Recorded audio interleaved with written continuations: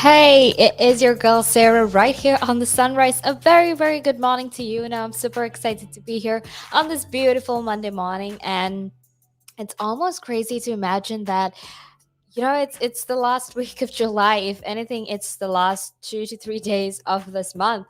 And looking back on how fast this year was, looking back on how fast everything moved this year, it's actually really crazy when you're thinking about how fast time has moved.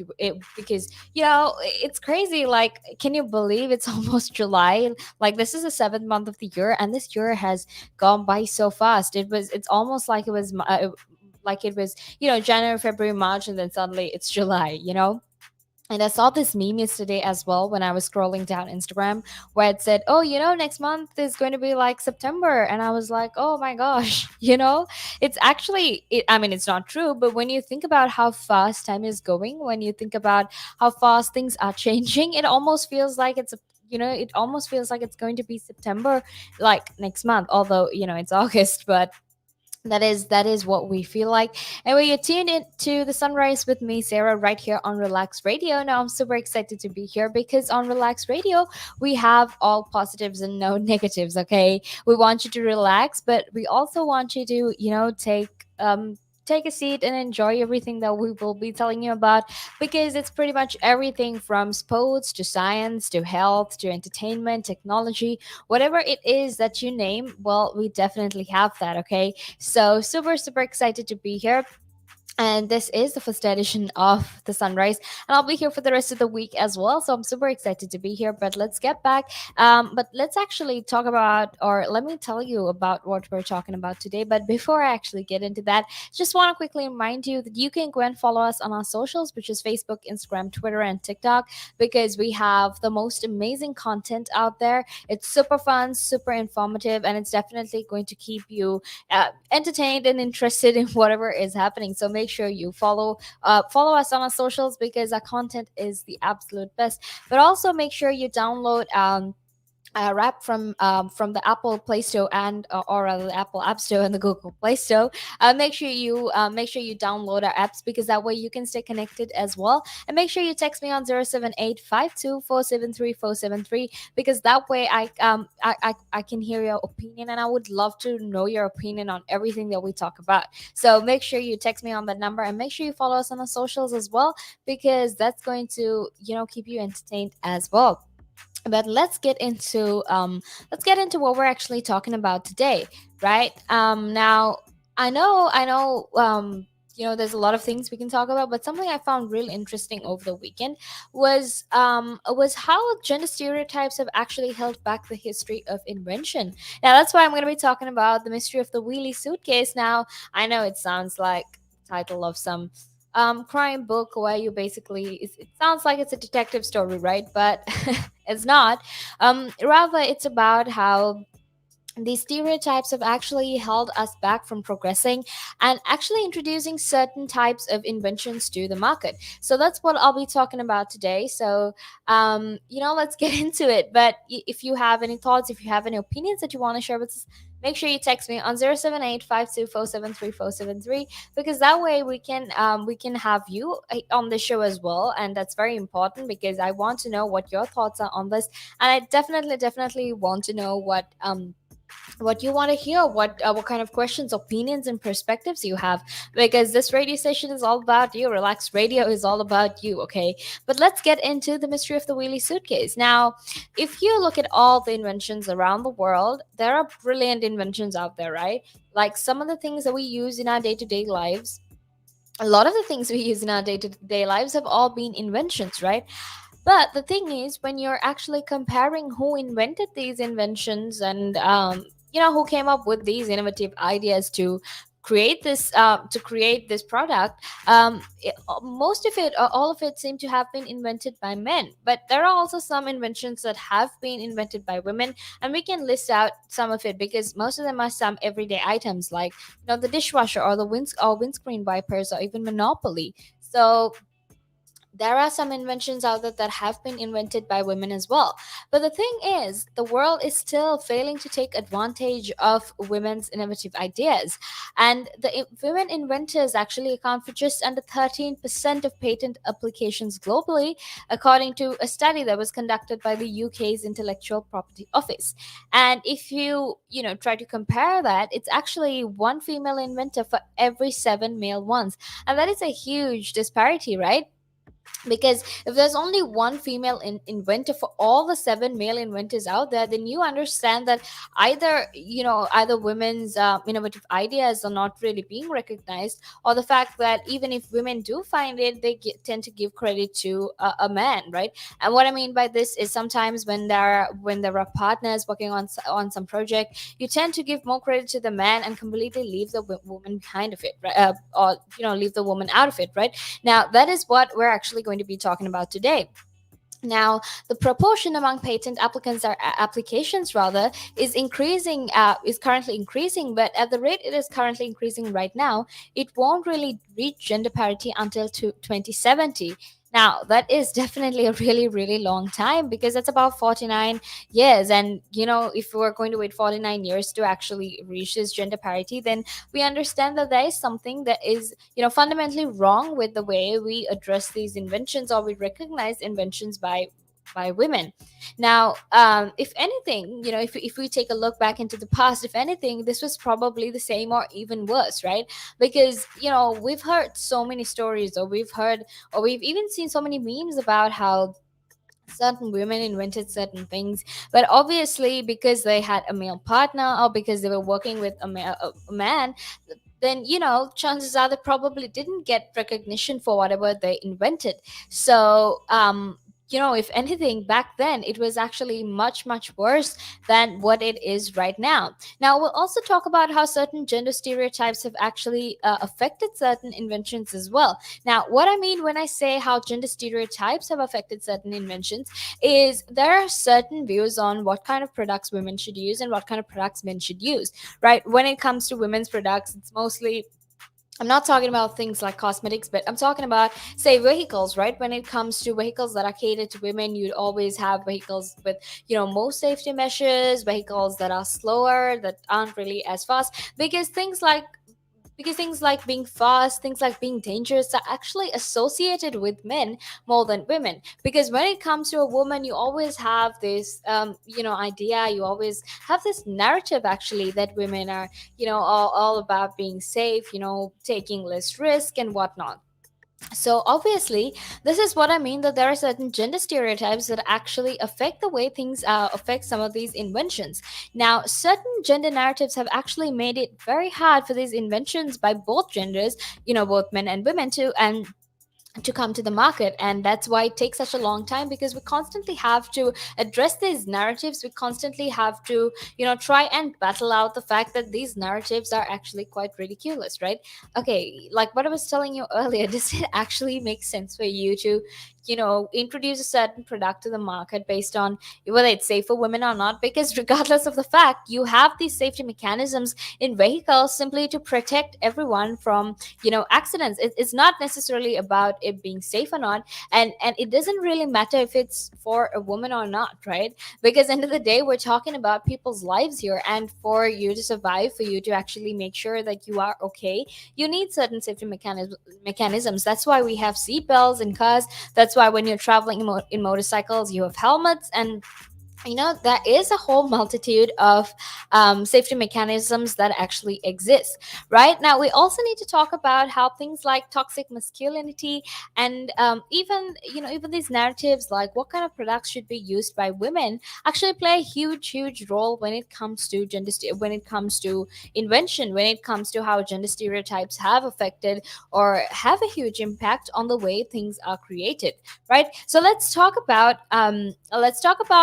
this history of invention, and how gender stereotypes have actually held back inventions in the market, and also the future of women when it comes to inventing, and how culture actually has a lot to answer for.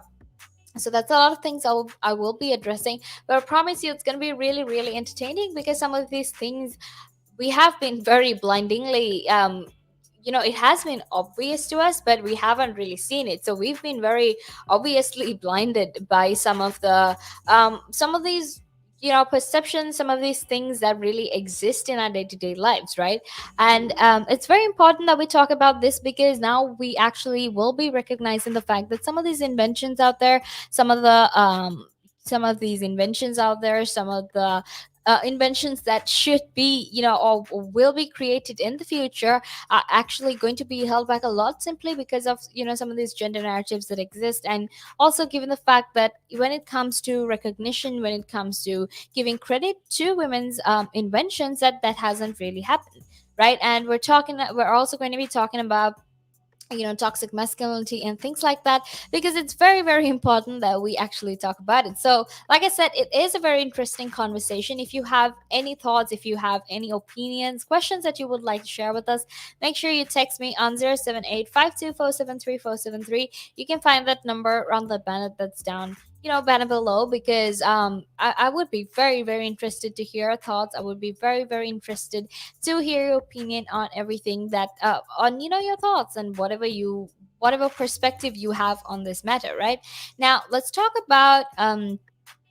actually talk about how the suitcase came to be, or the Wheelie suitcase came to be. So back in 1972, this American luggage executive actually decided, hey, it's really tiresome to just be carrying these luggages without any wheels on them, because it's heavy, right? When you're traveling, you put a lot of clothes, a whole bunch of other necessary things that you need when you're traveling, and you put it all in that suitcase, and you have to carry it. And honestly, when you're traveling long distance, it's actually really really it's tiring, and it's really heavy, and it's very impractical. So what he did was he actually unscrewed four casters from a wardrobe, and he fixed them to the suitcase. And then he actually put on this strap on his contraption, and he basically trotted gleefully around the house with it. So that was actually how Bernard Sadeau actually invented the world's first rolling suitcase. Now I know it's crazy because it happened in 1972, and so many other things had actually happened by that time, but we'll be getting back into that conversation after a small break. So make sure you stay tuned, because I have a lot of fun and interesting things heading your way.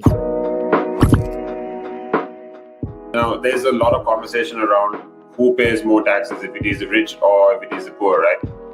When you are basically going out and during a day, you go to a restaurant, you have to pay taxes there. If you buy a car, you have to pay taxes there. So why is it even a conversation that the rich pay less taxes, or the poor pay more taxes? Why is it a conversation like that? Because it's true, the rich generally pay less tax.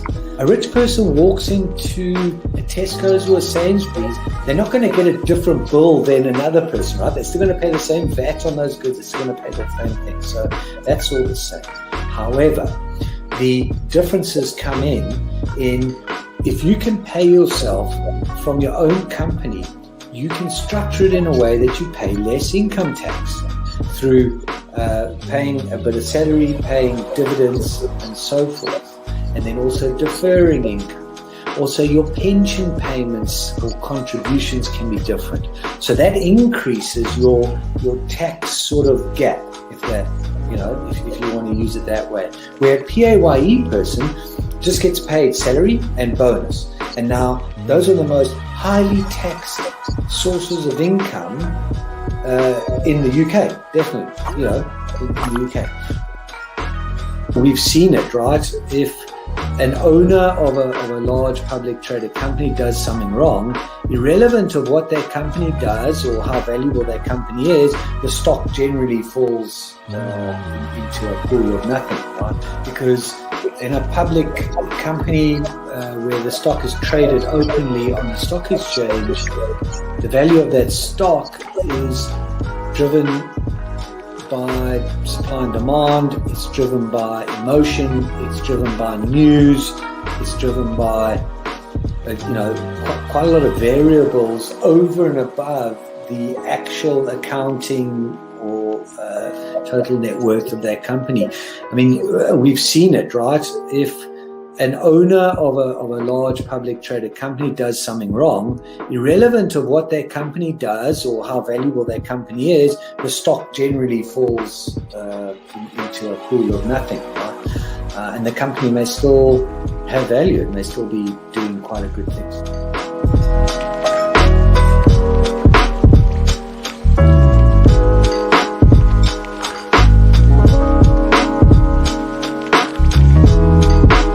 Again. But now, if you say to a child, if I went up to a child and said, you've had one to forget, God, there'd be an inquest. Me, why did you reject my son? Well, I haven't rejected your son. I want to talk about, how the generation gap, how much has changed, especially when you check the youth nowadays in comparison, to people back in the day. I'd say when I was younger, it was more disciplined. Not now. In comparison to now. Not at all. Not now. The way things are nowadays, the younger generation, you seem that they can't accept the word no. If that makes sense. They can't accept rejection, essentially, is all you're trying to say. Yeah, they can't accept the word no. So if you, how did I do? Or you didn't do very well, and they get upset. And when I was a youngster, my father used to say to me, because I used to be sport mad when I was very young, well, I still am sport mad, but like participating in different sports. And if I had a bad game, for example, he might say to me, you had one to forget. That's it. Your dad sounds like a smart guy. I mean, yeah, that's the real fact of the matter, yeah. He'd say to me, you had one to forget. Get over it. And that was it. So I dust myself down and do it again. But now, if you say to a child, if I went up to a child and said, you've had one to forget, God, there'd be an inquest. An inquest. Me, why did you reject my son? Well, I haven't rejected your son. Or daughter. I've just told them that they need to buck their ideas up. That's the truth right there. I mean, if you think about it, if you check the generations, like right now in the US as well, I've seen a lot of these things as well. In the UK, you get medals for participation. But what's the point? What are you trying to? Yeah, what's the point? Either you win or you lose. People are so afraid to put that whole notion of losing. When it comes to right now, the generation gap is just crazy. How much. A lot has changed. Social media has taken control of our lives, and we don't even realize it anymore. We're crippled because of it. That's absolutely right, Nick. Because, as you said, nowadays it seems that you get rewarded for failure. For the life of me, Nick, I can't get my head around that. Perhaps I'm just getting old and morbid. I don't know.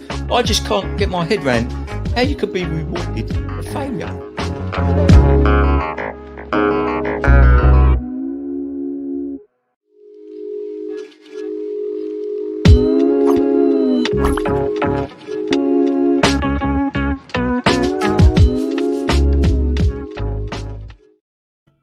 Hey, it is your girl Sarah back again on the Sunrise to actually talk to you about the mystery of the Wheelie suitcase and how gender stereotypes have actually held back progress when it came to invention. Now, like I said earlier, this is something that that's very important that we need to be discussing right now because of the fact that a lot of these gender stereotypes that held back invention, different inventions back then, still exist right now. And if we don't really address these stereotypes, if we don't really address any of these narratives that existed back then chances are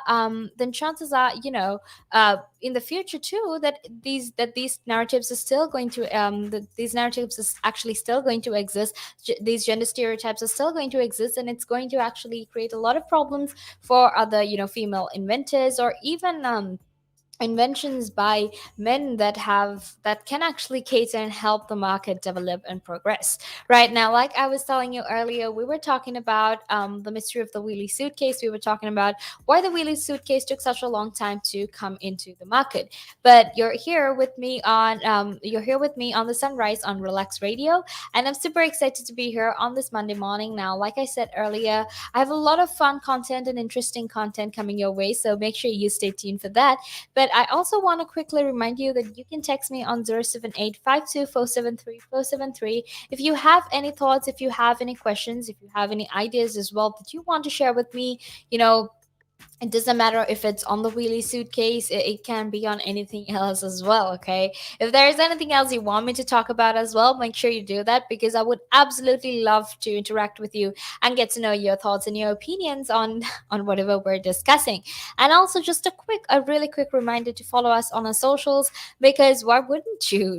That's probably the best way you can keep yourself informed. So make sure you can follow us on our socials, which is Facebook, Instagram, Twitter, and TikTok. And that way you can stay connected to us as well, because then you'll be able to know everything that happens right here on Relax Radio. So make sure you do that. But let's actually get into the conversation right now. um, we were just talking about how the first Wheelie suitcase was actually invented. Now, like I said, it was invented in 1972, and back in 1969, we had actually sent astronauts to the moon. Man had first, landed on the moon, because that's when space exploration, or rather, that's when man actually visited the moon. That was in 1969. And now you'd actually think, how come we're finding something like a wheelie suitcase, something that is very obvious, something that's really simple as well, about 2 years after you sent or rather 3 years after you sent astronauts to the moon. Because look, we sent some people on this on this new sort of plane sort of device. I mean, it's not really a plane, it's a rocket, but we already sent astronauts to the moon. So why did it take us so long to actually come up with this idea of the suitcase, or rather the wheelie suitcase? Why did we suddenly realize this after we sent people onto the moon, right? But the thing is, if I actually get into detail about it, which I will in a few more minutes, you begin to understand why we actually took so long to come up with this concept. And we'll also talk about how the reason it took so long for this product to come to the market is the same reason that a lot of other products are taking a long time to come into the market. And that's simply because of certain gender stereotypes that exist, right? Which is what we'll be discussing now. The invention of the suitcase actually happened 5,000 years after the invention of the wheel. And, like I said, about a few years after we managed to put a bunch of people, or rather, a bunch of men on the moon, on the surface of the moon, using the largest rocket that was ever built. And by that time, we had actually figured out and made a space rocket, and we had already invented the hamster wheel, right? So why did it actually take so long for us to put wheels on suitcases? Now, when you're thinking about it, it actually is a very classic mystery of innovation. you know because if we've already invented spacecrafts, if we've already invented these things that are technologically very complex, very advanced even for humans, but we still haven't really come up with something like a suitcase, it really makes you question, right? So that's why there is this whole like mystery about about the wheelie suitcase. Now, Robert Schiller, who is actually a Nobel Prize winning economist, actually discusses this matter. So he says that this is actually a very typical example of how innovation can be a very slow-footed thing. And he says that this is how blindingly obvious that we can sometimes stare at something expectantly in the face for an eternity and not really figure out that there is something, that this might be the answer to a lot of the problems we're going through right now. Now, like he says, and also like I said earlier, sometimes we tend to not see the answer when it's right in front of our eyes, and this has happened like so many times. Forget about inventions for a minute. If you're taking certain day-to-day activities, if you have to do complete different tasks, if you have to come up with certain ideas, sometimes those ideas exist right in front of your face. Like, honestly, if you just focused on it, you would be able to see it. But sometimes, I think it's just human nature, but we tend to not see things that are very, very obvious to us. And that is the same case when it came to the wheelie suitcase as well. It was just there right in front of our eyes, but it just took people some time to actually figure out, hey, maybe it's a good idea to put some wheels on a suitcase instead of carrying suitcases around.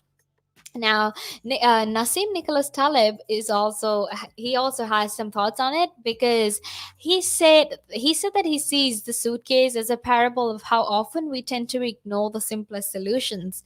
And I think that's very true, because as humans we always strive for this difficult, grandiose, complex things, right? It's always about, we always tend to oversee or underestimate things that are very, very simple, because when you're human, it's all about how complex whatever your invention is, how grand it is, how difficult it is, how it took you so many years and so many different types of equations to actually get there, right?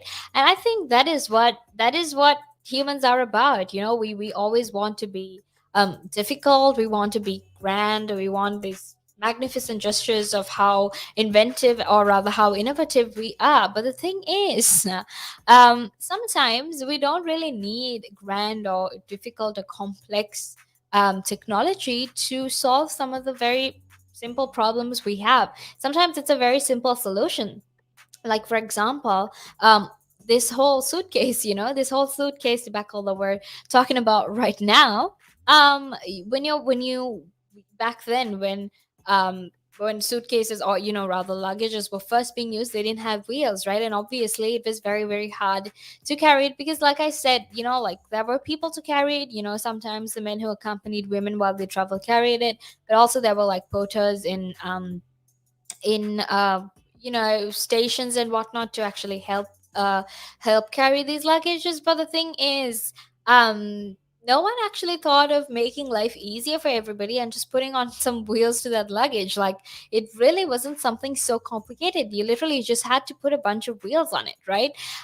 So like I said, sometimes when we have these very simple solutions in front of us, sometimes when we can address things in a very simple manner, we tend to go all around the bush anyway, and still, try to come up with this grand solution to solve a problem that is so, so small, right? And that is what it is when it comes to the mystery of the wheelie suitcase as well. Because technology such as having wheels on suitcases may actually appear obvious, but that doesn't mean it was very obvious, right? Because, like, right now, if you're looking at this mystery right now, you think, oh, like, this was the most simplest thing, like, it was so obvious, why didn't anyone figure it out?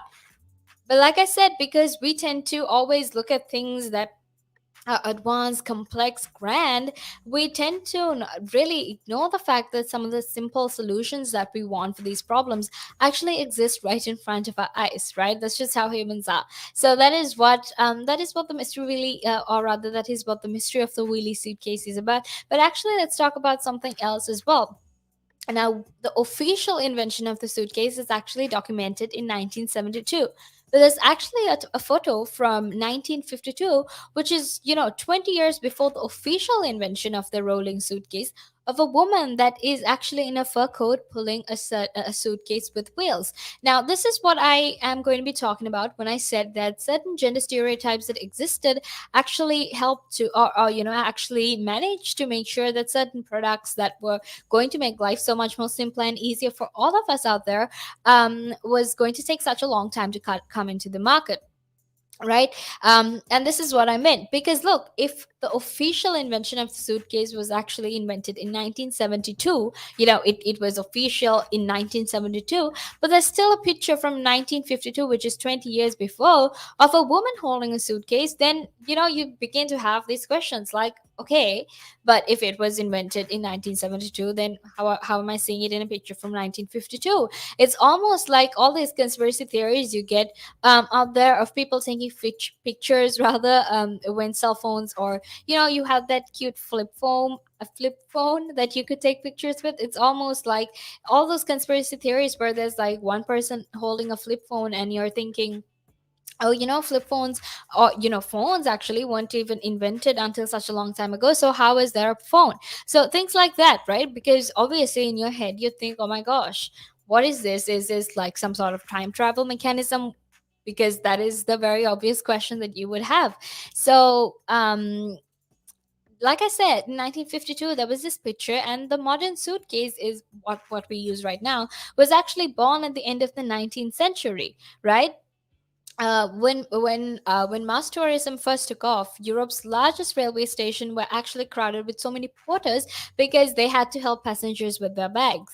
But by the middle of the 20th century, the porters had actually reduced by a huge amount because passengers increasingly carried their own luggage, and also because a lot of these passengers, especially if it was women traveling around, they would always travel with a man. At least that's what the industry assume. Right now we'll be talking about all of that as well, um, because there are these so many different types of stereotypes, different types of narratives that have actually held back the market from progressing. And I think even right now there are a lot of stereotypes that is making sure the market doesn't progress. And that's why I feel like we need to discuss this, because like I said, some of these stereotypes that exist, some of these narratives that exist, are actually really really harmful and really really detrimental when it comes to inventions, but also when it comes to who these stereotypes are for. Like, for example, certain stereotypes about women and certain stereotypes about men are actually quite detrimental for them.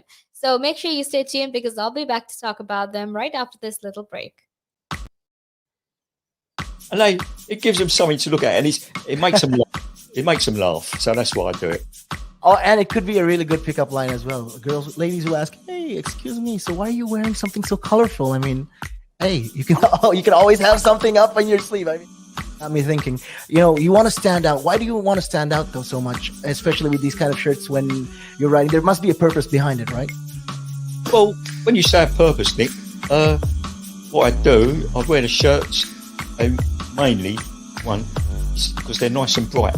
So they make me visible, especially if I'm riding on the road. Okay. I mean, yeah, that's very important, right? Because you want cars, yeah. Very important. And also, like, people see me in, like, calves, and perhaps I shouldn't be saying this on air, I suppose, but in the bar afterwards. All right. And it gives them something to look at, and it makes them laugh. It makes them laugh. So that's why I do it. Oh, and it could be a really good pickup line as well. Ladies who ask, "Hey, excuse me, so why are you wearing something so colorful?" I mean, hey, you can always have something up on your sleeve. I mean, you look like a guy who would do. You know me too well. You know me too well, Nick.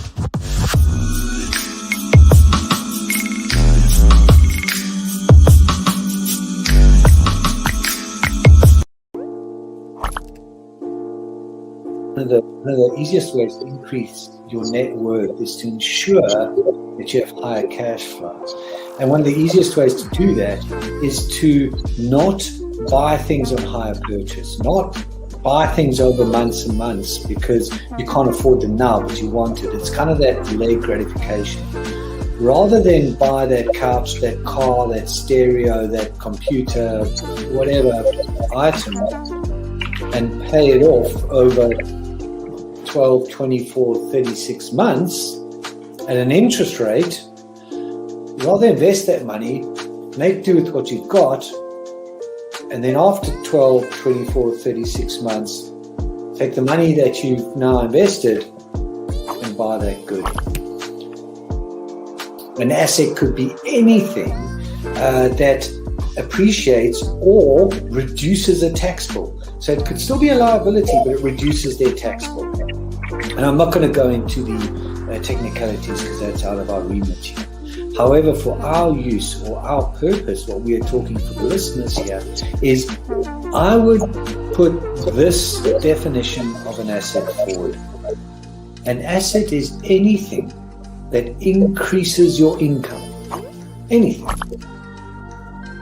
Now, there's a lot of conversation around who pays more taxes, if it is the rich or if it is the poor, right? When you are basically going out and during a day, if you go to a restaurant, you have to pay taxes there. If you buy a car, you have to pay taxes there. So why is it even a conversation that, the rich pay less taxes or the poor pay more taxes? Why is it a conversation like that? Because it's true that the rich generally pay less tax. A rich person walks into a Tesco's or a Sainsbury's, they're not going to get a different bill than another person, right? They're still going to pay the same VAT on those goods. They're still going to pay the same thing. So that's all the same. However, the differences come in if you can pay yourself from your own company, you can structure it in a way that you pay less income tax through paying a bit of salary, paying dividends, and so forth, and then also deferring income. Also, your pension payments or contributions can be different.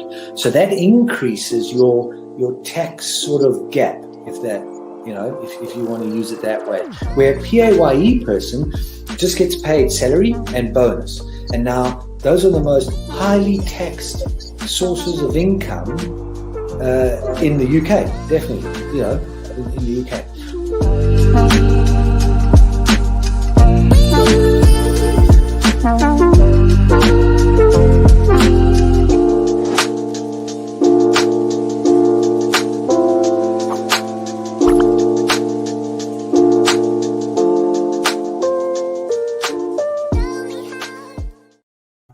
Hey, it's your girl Sarah right here on the Sunrise. Now you're tuned into Relax Radio, where we talk about anything and everything that is relevant to the United Kingdom, but also that is relevant to everywhere else in the world, right? Because we love to make sure you're updated. We love to make sure that you always have the best of information. So I'm super, super excited to actually be here and talk to you about everything that is very, very important in this day and age, right? Because my favorite thing to do is actually to make sure you are informed about everything that goes on in the world. Now, another way you can actually stay informed is also by following us on our socials. Obviously, in addition to our live streams, you can actually follow us on our socials as well, which is Facebook, Instagram, Twitter, and TikTok. So make sure you follow into those as well, or rather you follow those as well, because you can always keep yourself updated on everything we're talking about and everything that is new and currently happening all around the world, but especially right here in the United Kingdom. Now you can also download our app, which is available on both the Apple App Store and the Google Play Store. You can download it on your Apple device, or your iOS device, or your Android device as well. So make sure you do that, because that way you can always be a part of this conversation no matter what time it is. Okay, so make sure you do that. But like I said earlier, we were talking about the mystery of the Wheelie suitcase, and how certain and how certain inventions, how certain gender stereotypes, how certain gender narratives actually stopped the industry from progressing, stopped the market from progressing, and was actually very, very detrimental to the market. So like I said earlier, we were talking about how there's a photo all the way back from 1952, which was actually 20 years before the official invention of the suitcase, where there was this woman in a fur coat that was holding a suitcase. So obviously, when it comes to things like that, there is a lot of doubts, there's a lot of uncertainties, and even questions, because a lot of these things don't really add up, right? So that's what we were talking about. But let's get back into that conversation. But before I do that, if you have any questions, thoughts, opinions you would like to share with us, make sure you text me on 07852473473, because that way you can stay in touch. You can always let me know about your opinion, because I would definitely love to hear about your thoughts and your views on these matters as well. Okay, so like I said, mass tourism started, the modern suitcase was born in the 19th century, and when mass tourism first took off, Europe had a huge number of porters in the railway stations to assist with carrying luggages. But like I said, in the 20th century, this sort of died down, because people were able to carry their own luggage. They didn't really need porters rather, and they could really just or if they travel with a man, the man would always carry the luggage for them. So because of that, they didn't really need porters to do that. Now, suitcases with wheels actually existed decades before they were invented in 1972, but they were actually considered these niche products for women. Okay, now this is when gender stereotypes come into play. Now, because these suitcases with wheels were actually considered products for women, there was this huge when it came to these products being in the market, there was this huge lag, or there was this delay in it, because they were seen as feminine products. Now, it's actually quite we know this, we've seen this as well, how in the market there are certain products called feminine products and masculine products, right? And we've also seen how there has been a lot of controversy about, for example, if you take dolls, if you take toys for girls, toys for females would essentially be pink, and toys for boys would be blue, right? And we've spoken about how, we have these colors that are for specific genders, and how it's actually really ridiculous, and we shouldn't, color code these toys and whatnot, especially because, we're free to choose whatever we want. Because you could be a girl and still like playing with cars. That doesn't mean that you're different or you're weird. You just have different likes, and that's completely fine. So, like I said, suitcases were actually considered considered a niche product for women, and that a product for women could actually make life easier for men or completely disrupt the whole global luggage industry was actually not an idea that the market was ready to entertain, right? And okay, to actually look into, or to bring that into perspective right now, it's actually the same here as well, right? Because even right now, we aren't ready to accept the fact that some products that women use could actually make life easier for a lot of us if we actually used it, right?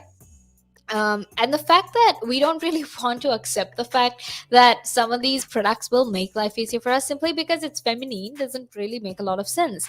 Because again, why are we trying to sort of produce products based on femininity and masculinity, right? Like I said, like obviously certain items you need to produce based on femininity and masculinity, but most of these things that we use, doesn't necessarily have to be based on genders. It doesn't really have to be based on genders, because usually when you make products, you would think of use and how one can use it, how one can actually use it to make life better, not necessarily based on how one gender can use it to make their life better, right? But that's what the market is right now. That's what they talk about right now as well. So obviously, like I was saying, the fact that there were certain products that could actually make life so much more easier for men, or feminine products that could make life easier for men, was something that the market was not ready to entertain. And resistance to the rolling suitcase had everything to do with gender, right? Because Sado, the official inventor, he actually described how difficult it was to get any US department store chains to actually sell it. Because at that time rather, there was this macho feeling that men used to carry luggage for their wives, and it was like the most natural thing to guess. So the fact that women could carry their own luggage was something ridiculous, something that was frowned upon, something that they didn't even think of, they didn't even assume it. Now let's talk about the two assumptions of gender that are actually at work here. Because the first is that no man would ever roll a suitcase simply because it was unmanly to do so. Again, like I said, I don't really see what's so unmanly about it. I don't really understand how rolling a suitcase, or not really, doing something that helps you or eases the fact that you have such a huge weight to carry. If that is being eased, I don't understand how that is something very unmanly. And the second is actually the mobility of women. Because, like I said, there was actually nothing preventing a woman from rolling a suitcase, because she had no masculinity to prove, right? Because this is when this gender binary comes into play as well, where you consider the two genders based on characteristics that are present and absent within the two genders. So, for example, if a man is strong, then a woman is not strong.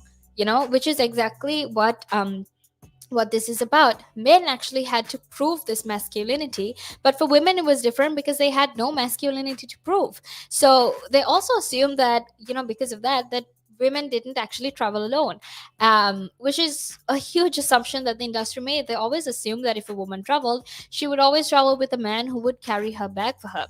So the fact that these were the assumptions that the industry had, and this is why they actually didn't see any potential in the rolling suitcase, is actually what prevented the industry from using rolling suitcases, or introducing it to the market as well. Now actually, even though it was invented in 1972, it actually took about more than 15 years, or about 15 years, to for this invention to actually go mainstream. Because even after Sado actually invented and patented it, they couldn't really see the genius of the wheeled suitcase, because it didn't align with the prevailing views on masculinity, right? Because they had these certain views on masculinity, they had these certain views on how men should be. So because of that, they didn't really bring it to the market. They didn't actually start selling it, because they thought that it would affect the masculinity that was, that was there. So like I said, when you're talking about it, it's actually something that's really, really unusual. It's ridiculous, and if anything, it's bizarre. Because how could this predominant view on masculinity actually turn out to be so much more stubborn than the market's desire to make money? Because that's what the market is about. It's about making a profit out of anything and absolutely anything and everything, right? So how did the fact that that you didn't how did the fact that the view of masculinity was something that stopped the market from earning millions and millions of dollars or pounds, whatever market it is, how did it stop this market from earning millions and millions of money simply because they had these predominant views on how masculinity should be, and how this how if a man carried a rolling suitcase, that it would make him very much less masculine than he already was, right? Because it's actually, when you think about it, it's actually quite a ridiculous idea. Because you have this idea that men must carry heavy things to prevent us, or that men must carry heavy things to prevent them from being seen as, less masculine. And how is it that, the fact that men carried heavy things actually made us stop seeing the potential in a product that actually transformed an entire global industry? Because it made life easier for so much of us, and it wasn't just women, it was the entire world. Because right now, ironically though, right now, if you take the perfect ideal of a businessman, if you take the perfect ideal of a man who is rich and who earns a lot of money, the Wheelie suitcase is always associated with them. Because, like, I don't know, because I mean, come on, if you go on Google, if you go on Instagram, and you type, oh, pictures of businessmen, pictures of luxury, pictures of luxury even, you'd always find this man carrying a wheelie, or holding a wheelie suitcase. So that just goes to show how ironic and how contradictory it is. Because back then it was something that was, it was something that was very that was seen as very not masculine, unmasculine, if I may. So, if you carried a wheelie suitcase, you were considered feminine and things like that. But it just goes to show that with time things actually change. But also with time, if we don't address some of these very dominant narratives that are there in society right now, that it might affect a lot of us in the future. So make sure you stay tuned, because I'll be back in a few more minutes to continue this conversation about the mystery of the wheelie suitcase and everything related to gender stereotypes. Okay, so make sure you stay tuned for that. But right now, it's time to head into a little break. Climb Mount Everest. That is one of my that's in my bucket list. You're laughing, but that is the facts right there. I'd love to do that. That is something I'm looking forward to do. Hopefully, Climb Everest. Mount Everest. I mean, okay, not the very tip of Mount Everest, maybe the base camp at least. They're talking about mental health. Well, if you went out and got some exercise in the fresh air, that will improve your mental health. It will make you feel better. That's true. That is true. I wholeheartedly agree. But then for some people, it's how do you find the motivation? Especially when it comes to riding a bicycle, to do it again and again and again and again. It's a cycle that you have to be used to. How do you do it? What makes you wake up in the morning and decide, hey, I'm going to pick my bike up today. I'm going to cycle. What makes you want to do that? What makes me want to do that? Yeah. What do you like? What could you give listeners, like people listening in right now? What kind of tip could you give them? Well, the first tip I would give them, if you haven't tried it before, try it. It can open up new horizons. It will make you fitter.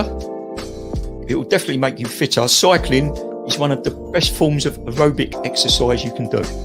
It sounds like, if you think about it, yeah, it sounds like great fun. Because what essentially you're trying to say is also at the same time, when if you look at it from this perspective, with regards to mental health, especially when you look at it with mental health, this is another way to fight it. I feel like you go outside, you meet more people, you interact with, socially, you will interact with more people, and you're keeping fit, you're making connections, you're breathing in the good and exhaling the bad. I feel like that's a great thing right there. Absolutely. Yeah, you got a better way with words than I have, I'll tell you. But you're quite right. What you say there. I've been doing this for quite some time. Hey, you'll get the hang of it. I've been doing it for about 10 minutes now, so yeah. That I can never really understand people staying in one room the whole day when you can have the world to see. I am a traveler. I travel. I love traveling. Traveling is just one of the things I do. And yeah, on top of my bucket list was, to one time, hopefully when I get there, go to Nepal and climb Mount Everest. That is one of my that's in my bucket list. You're laughing, but that is the facts right there. I'd love to do that. That is something I'm looking forward to do. Hopefully, Climb Everest. Mount Everest. I mean, okay, not the very tip of Mount Everest. Maybe the base camp at least. Base camp, yeah. At least. Would you be able to cycle there? Oh.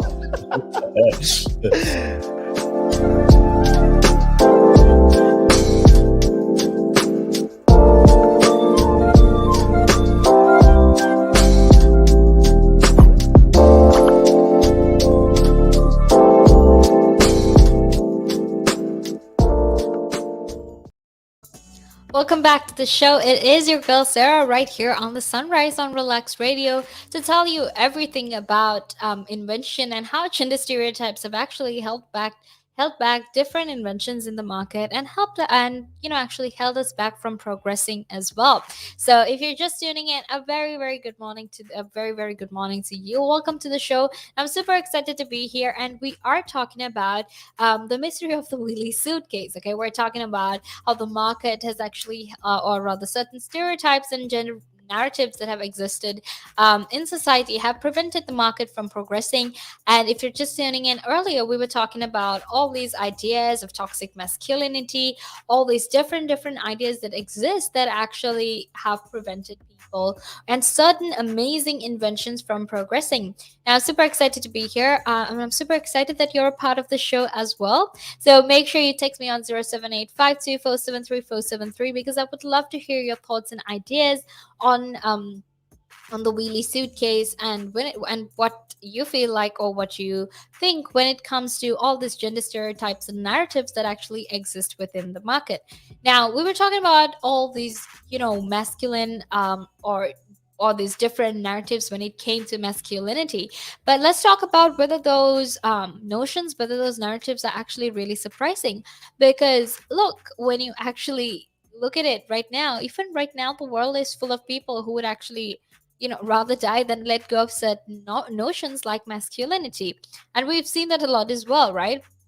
Because we always hear things like real men don't eat vegetables or real men don't go to checkups for minor things, which is actually very very harmful, things that kill men every single day, and things that are quite ridiculous. Because what kind of statement is real men don't eat vegetables? Like, vegetables are healthy regardless of your gender. You're still supposed to eat vegetables. Like, that's the whole point of it. So like I said, when these doctrines or when ideologies like this exist, it's very very harmful for a lot of men out there. Like I said, a lot of these doctrines, have actually resulted in men killing themselves. There is a huge rate of suicide when it comes to men right here in the United Kingdom, simply because of certain notions and narratives that exist with regard to men. So, like I said, our culture actually often values the preservation of certain concepts of masculinity over life itself. And in this context, such ideas are actually really, really powerful because it holds back a lot of technological invention. And the example I can give you for that is the fact, or rather is the rolling suitcase, which is not the only example, but it is the example we were talking about today. Now, some other examples are actually electric cars, because when electric cars first emerged in the 1800s, they came to be seen as feminine because they were slower and less dangerous. Now, this is what I said, where when you're a man, you have these certain ideologies. You're not allowed to be weak. You're always supposed to take these risks. You're supposed to put yourself in danger and things like that, which are really ridiculous and also very very harming, right? And this actually this whole concept that electric cars were feminine actually held back the size of the electric car market, especially in the United States, and it actually contributed to us building a world for petrol driven cars.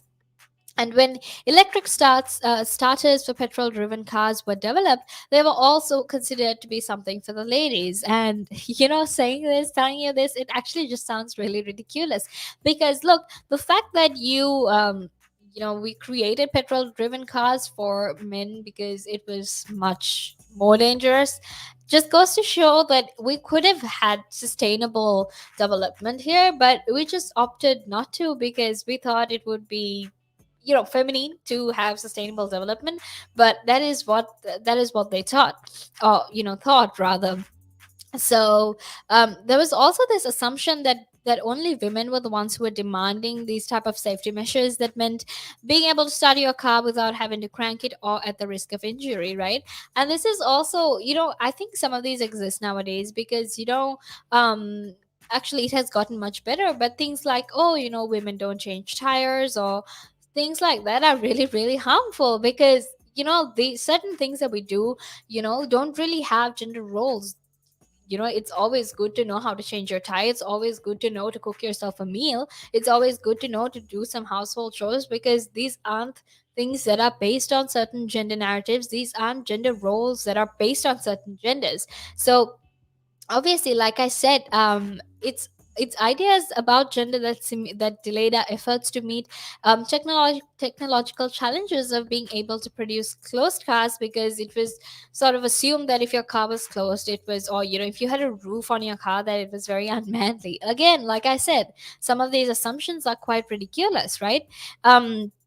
And I have to say, even though these assumptions existed back then, they still exist even right now. Because these assumptions about masculinity, these thoughts that we have about masculinity, actually play a similar role today when it comes to innovation around sustainability. Because, for example, we often think that things like consuming meat or preference for large cars instead of traveling by public transport are essential features of masculinity, right? Because, come on, how many times have you heard of a guy who was like vegan or trying to be vegetarian or cared about the planet? I'm not saying guys like that don't exist, because they do. But the general notion is that when it comes to men, you can have like you know, a crazily luxurious lifestyle. You can have huge cars. You can eat as much meat as you want. You can spend your money on everything, anything, right? And this has actually held us back from held innovation back from us, and also prevented us from imagining new ways of living powered by new technologies, right? Because we need to understand that it was actually that gender is the question or the riddle that answers why it took 5,000 years for us to put wheels on suitcases, right? And we think in this day and age that we probably wouldn't make similar mistakes, but the truth is, many of those structural problems are still here. So we will still make those mistakes unless we change the structure altogether. Because we still have a lot of male dominated industries that refuse to deal with the fact that women tend to influence 80% of all consumer decisions, right?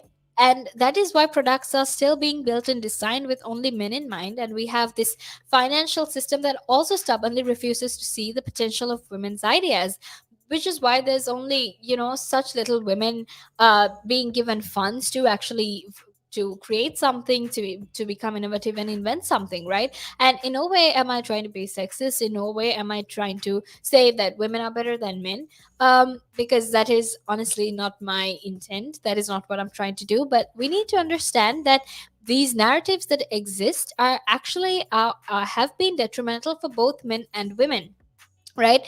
Because look, we need to understand the fact that women actually or rather influence a lot of the consumer decisions, because 80% of women do. And when it comes to UK venture capital, less than 1% goes to all female teams. And among the very few women who actually do get venture capitals, a very large majority of them are white. So now, I understand that venture capital isn't everything. There are other ways to fund and scale innovation. But the fact that men more or less have monopoly in in certain industries is certainly a feature of the economy where women's ideas are not heard.